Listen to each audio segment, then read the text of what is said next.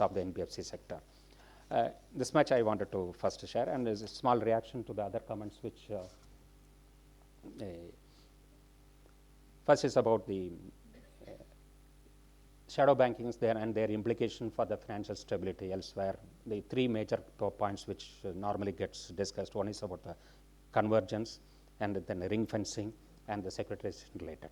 On convergence, our approach has been that especially for those NBFCs which are systemically important, which we have kept a higher threshold, they will be, our approach is they will be regulated as close to the banks in terms of prudential regulation, income recognition, risk matrices, etc. So that the convergence, definitely we are on path towards that. On ring fencing, we have this our regulation that the banks, whatever they can do, they have to do under their own roof only. They cannot be divesting and creating an SPV or any other type.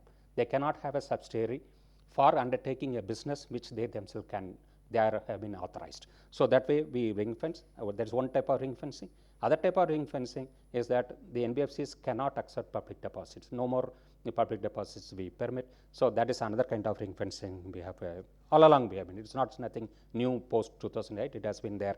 That approach has been there for quite long. And on securitization, certainly our approach has been very, very cautious. We go very methodically and in a measured fashion. We do not allow much of risk taking by the banks or by even by the NBFCs. Then the interconnectedness between the banks and the NBFCs, there are also regulations relating to bank financing NBFCs. There are upper limits. We have asked the banks to have internal limits for that. We closely watch them about. And on the NBFCs also, their own liability structure, we continuously monitor. Then implication for the monetary policy, because of the total size has been not that much really. We are not very much concerned about the as of now the NBFC's role in terms of monetary policy related. But still we will be watching closely there.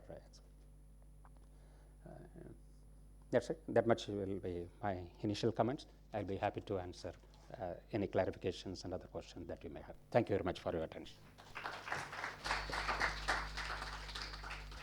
Thanks, Rama. Okay, well, we've got time for questions, a good half hour. I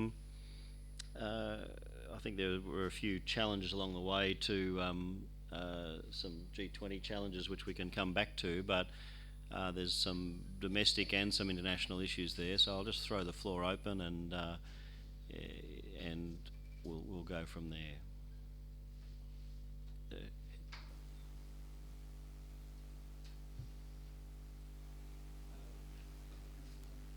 Hello, I'm Mukul Kumar. I'm a software person basically. This place is my personal interest. Especially to our Japanese friend. In around 92 or 93 or 94, somewhere around that time, there were 4 major Japanese banks were merged into one. And my understanding was they all were supposed to get burst, but after merging them, they were brought into a position that they could sustain themselves. What really happened? Is that something which we should be taking lessons from, or it's something very different? Thank you. Okay. I'll take a few questions at once. Ashima. Oh, sorry. Well, yep, we've got a microphone there. Yeah, thank you. I have one question, to be fair to each panelist. So start with Dr. Iwai Sako. You had said that you see very close parallels between China and Japan, you know, when the Japanese bubble happened. But very often one hears said about China that there's a large informal sector which is sort of less linked to the financial sector, and that is one reason they might escape this kind of bubble. So your comments on that. For Abhik, you gave us a very nice run through different definitions and so on. But I think in the G20 context, the key definition is that what is the not regulated sector, because it leads to arbitrage, you know, when we are discussing financial reforms. So can you see some types of regulations which could narrow the arbitrage gap, which could apply more generally? Do you have any thoughts on that? And a question for Mr. Gandhi would be that RBI's position that deposit taking creates risks for consumers and they need to be prevented. So you forbid deposits. But then there seems to be a customer need. So you see all these chit funds coming up and ways of aggregating money, and these collapse. And so what are the alternatives you can offer the consumer to meet that need? And yeah. Thank you. Tom. Yeah, great. One quick comment and sorry, and a question. I mean, my comment is on the whole issue of unified supervision of either the non-bank sector or the whole financial sector. I think at the IMF we've become much more, well, we've always been pretty agnostic about it, but I think even more as the evolution of the last 10 or 12 years, has taken place. I mean, we've watched what's happened in England with Bank of England and FSA and so forth. So I think at this point, our sense is that the country-specific circumstances, have to drive the decision about what to put in one bin and what to keep in separate bins. And the one thing that's clear is that regulatory arbitrage is a problem, right? I mean, as an American, I happen to be an American, and as a taxpayer, I think that that's a major challenge to be addressed. And so I wonder if one comment or one question perhaps for the panelists would be, at least in the Indian context, to discuss the evolution of the FSDC, the approach to addressing regulatory issues across the various silos of the financial system, and perhaps at the G20 level, how do you see this question of bringing together and the different agencies that regulate the financial system within a country or perhaps across countries to prevent regulatory arbitrage? And then my last comment would be that I think it's easy in a developing economy, or it's tempting in a developing economy to look at very small non-bank institutions like credit cooperatives and say, well, they're small, they're not systemic, and so we don't really have to worry about them. Effectively don't need to regulate them. But I think the experience in some other parts of the world, I worked on Cyprus for a while, is that they may be small now, but because they're under-regulated at the beginning, you could find yourself 20 years, 30 years down the road with a big problem. Cyprus didn't regulate well the cooperative sector in the 60s and 70s when they were small. But by the time I started to work on Cyprus, which is about the time they joined the European Union, they had 40% of the deposit base of the entire financial system and almost all retail lending, but still were very lightly regulated, and that was a significant problem. So I think you also want to be looking down the horizon, trying to lead the curve on that question. Just because it's small now doesn't mean it'll be small forever. Thanks.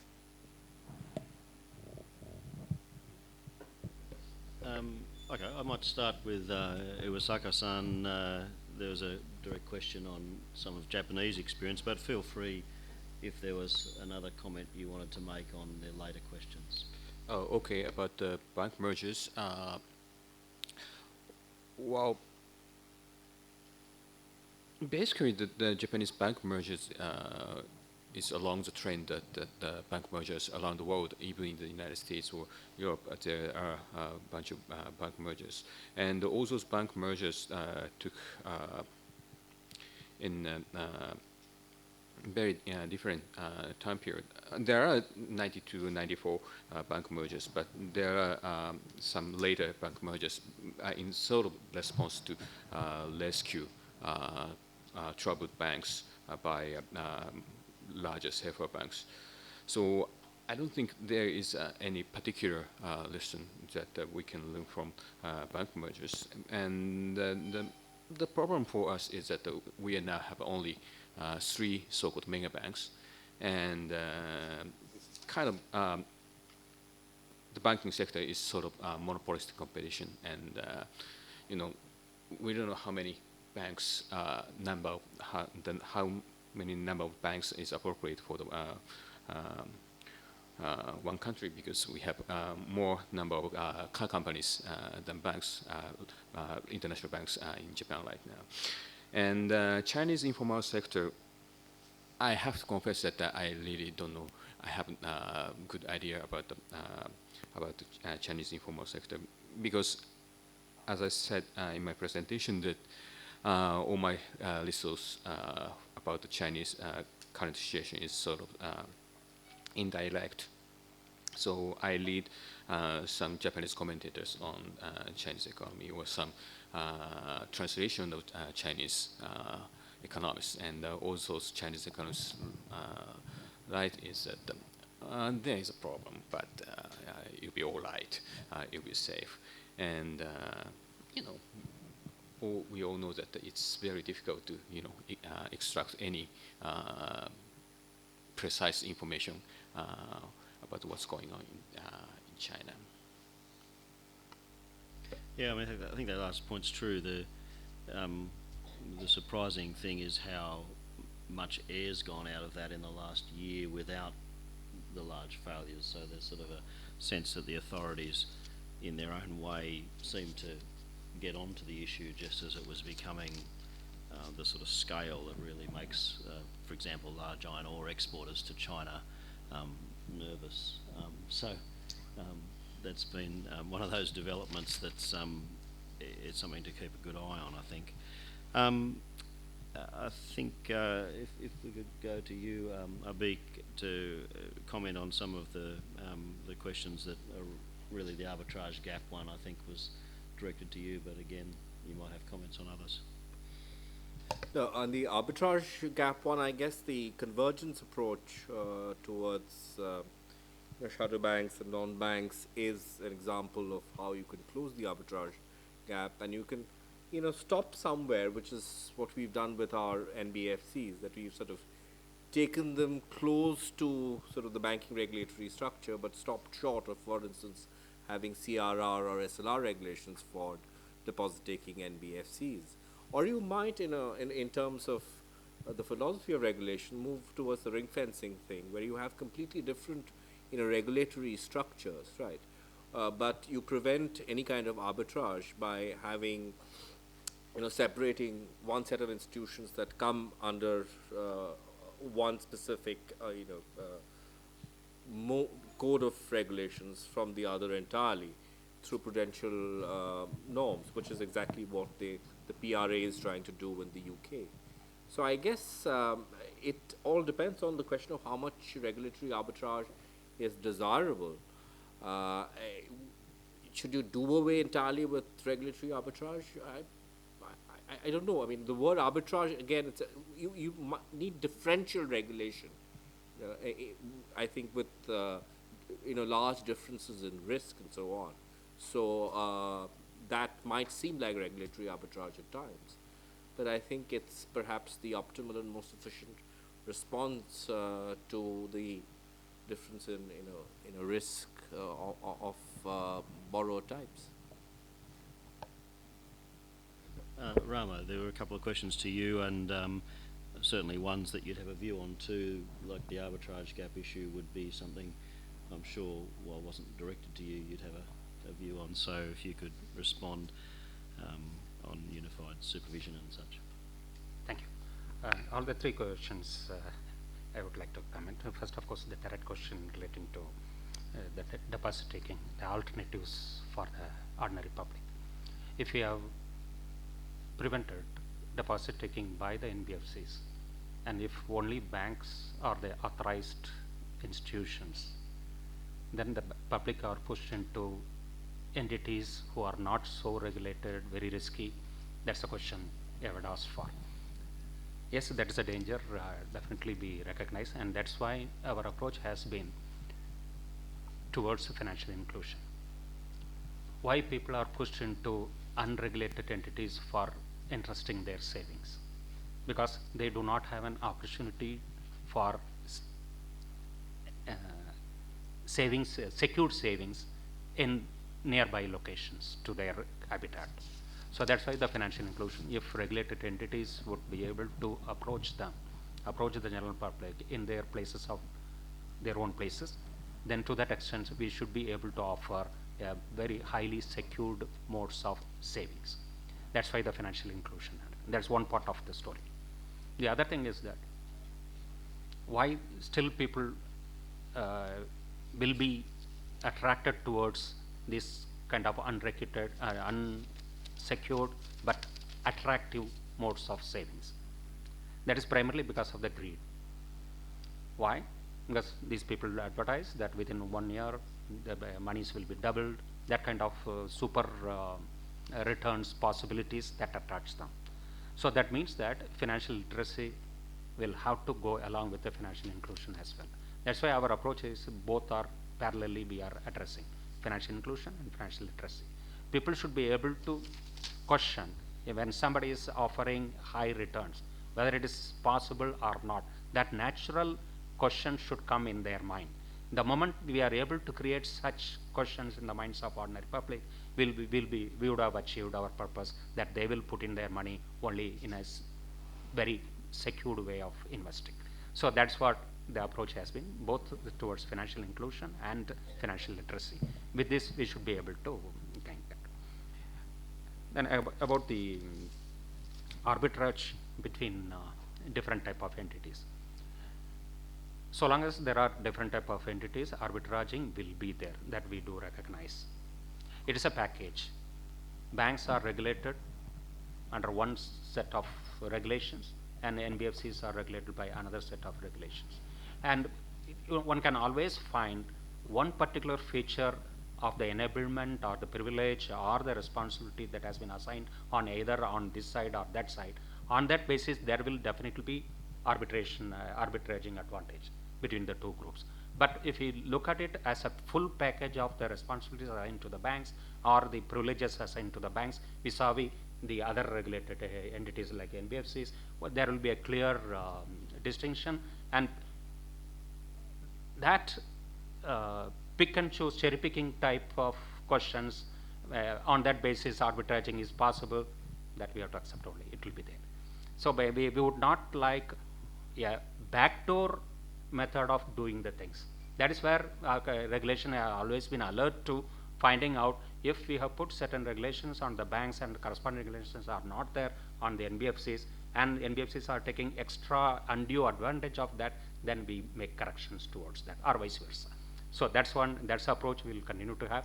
Otherwise, we do recognize that there will be arbitraging advantages between two different sets of entities. And about the third comment about unified supervision or regulation, there Reserve Bank's stance has always been, being a monetary authority, we'll have to have a clear direct role in the credit market, because the monetary transmission is primarily through the credit markets, and so the moment it is credit market, whether it is a bank lending or NBFC lending, both will have to be under our charge. That's the stance we have taken. So we do find big advantage in keeping the prudential regulation of financial entities, both on their deposit taking side and on the lending side. It should be both under the charge of the Monetary Policy Authority. That's the stance. As you said, that it will have to be suiting the particular circumstances of every economy. There cannot be a single solution across the world. So we find that this will be suitable for our country. Thank you. And I think there was just a sort of G20 question at the end that I might respond to. I mean, I think Australia took a different path with regulation, but again, I don't think there's a right view here. It works for us to have the separation, but I think one of the things that you need both domestically and internationally, if you do that, is the right integrating institutions, and so we have a Council of Financial Regulators, and in a sense the FSB plays a little bit of that role internationally, given the mix of people that are at the table there, and it doesn't just look at, or we don't just look at individual regulatory responses, but there's that constant scanning of where things are moving. I think the other comment is, so how do we deal with this? It's about using principles-based approaches rather than necessarily entity-based. So the way the FSB and then the G20 have dealt with shadow banking is to define the problem source that can happen and try and define that broadly, and then use peer review to assess whether governments are meeting those principles, regardless of whether they have a single multiple regulators, or whether their regulation has the right degree of flexibility to expand to new sources if, say, phone companies or other people start getting into banking. It's whether you've got the right framework to be able to accommodate new issues. So I think sort of principles-based international standards and then some of that in domestic standards sound like important responses to some of the issues. Otherwise, you'll always be caught flat-footed by silos. Well, would be a brief response on that. Okay. Can I just make a quick comment on what the point that Tom was making? And so whatever little I've read of the stuff that's coming out of the UK on this new experiment with breaking up the FSA, and I think there is explicit recognition of the fact that there is no sort of optimal model of regulation. It's ultimately a political choice that people make, and Labour was not particularly happy with the Bank of England, so just put in the FSA, and so I think at least what I find different about India is that the FSLRC and this model of principles-based regulation is being sort of touted as the the panacea for all our regulatory problems. I think we need to be a little more humble about our ambitions, and I think that humility is clearly there in a lot of the stuff that I read coming out of the UK, saying that look, we're just trying another model, it might not work, which is what I think is necessary. Okay, let's collect some another round of questions. Professor?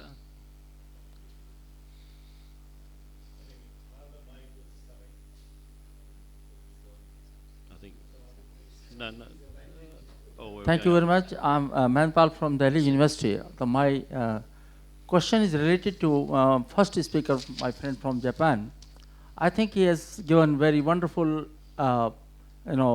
presentation about this China's crash, that just because of the regulation, it's very fine. I appreciate his version. But the comparing US deficit economy with Japan, I think it's a question mark, because the Japan had a surplus economy in 80s, 85.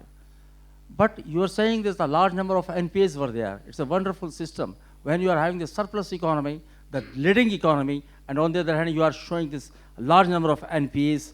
But one thing just I want to clarify from you, that you have mentioned one more important word, that Japanese bubble economy was just because of Japanese collateral lending practice. So can you clarify this meaning, Japanese collateral lending practice? Okay. And so far, the system, the shadow economy in India, I think Indian banking system is sound enough after 91. And it is a wonderful example before the world. When you are talking about that it was a reverse flow, I don't think so. Because the 2007 crash, US problem, was completely bypassed by Indian economy. Because we had a very large number, very sound system in India.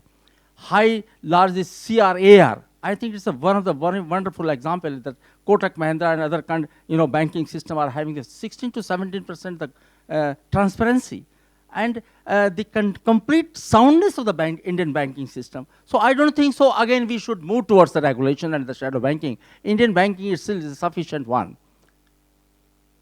Thank you very much.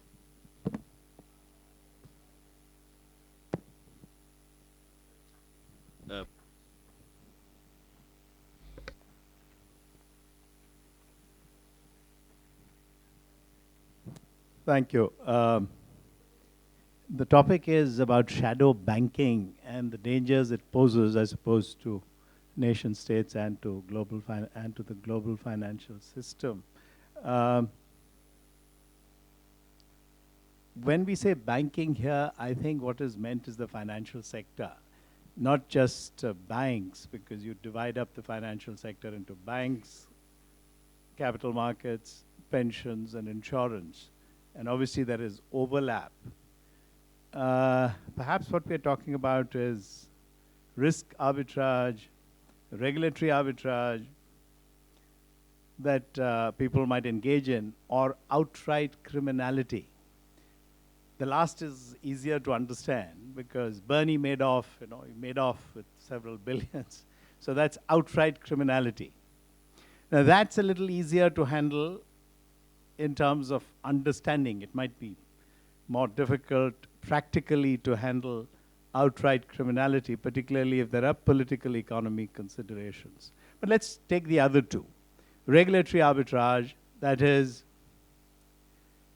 if you feel that you're better off under some other regulator, then you structure yourself in such a way that you can get away with more.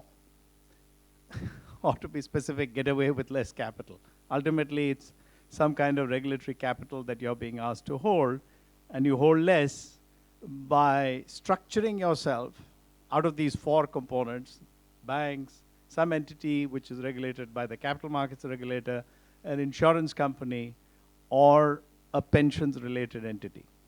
Different countries have different ways of doing it. We have 4 regulators, and the FMC wants to be a separate entity. Ideally, it should be. That's the Forward Markets Commission for those who are not from our country, which deals with commodities.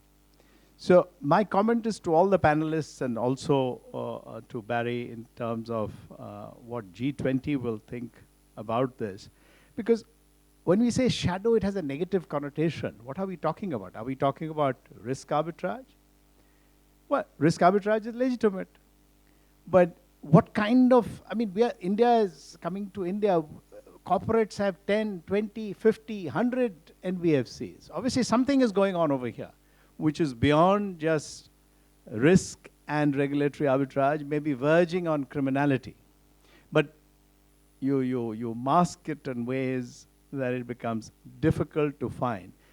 Why not make our rules, and maybe it stems from an initiative that the G20 takes, because the FSB and the BIS is looking at these issues, and they have the resources and people with cross-country experience as to how do we set up. Ultimately, it's all leverage. It's all about leverage, just how badly and how excessively you are leveraged. When I say leverage, I mean you have access to somebody else's funds. How do you control leverage, given the fact that people will engage in risk arbitrage and regulatory arbitrage? Thank you. Is there another question? Well, I think there's a specific question on Japanese collateral lending practices, which were mentioned as one of the contributors to the Japan crisis, and I think if you could start off with that, Iwasaka. Okay. Japanese collateral lending practice is very specific to the Japanese high growth era in the 1950s and 60s, because of the Japanese economy is growing, and also the Japanese land prices are just going up and going up. And so basically the Japanese economy was, the Japanese bank lending were very profitable, and banks became so accustomed to lending based on the only collateral. So they're only looking at the collateral value of the real estates of the borrowing companies. So they had never experienced that the land prices significantly went down until 1990s. So banks supposed to produce some sort of important business information. So they should make a lending based on the the specific information about their borrowers based on their long-term relation with borrower firms. But when they lost best borrowers to the market, they forget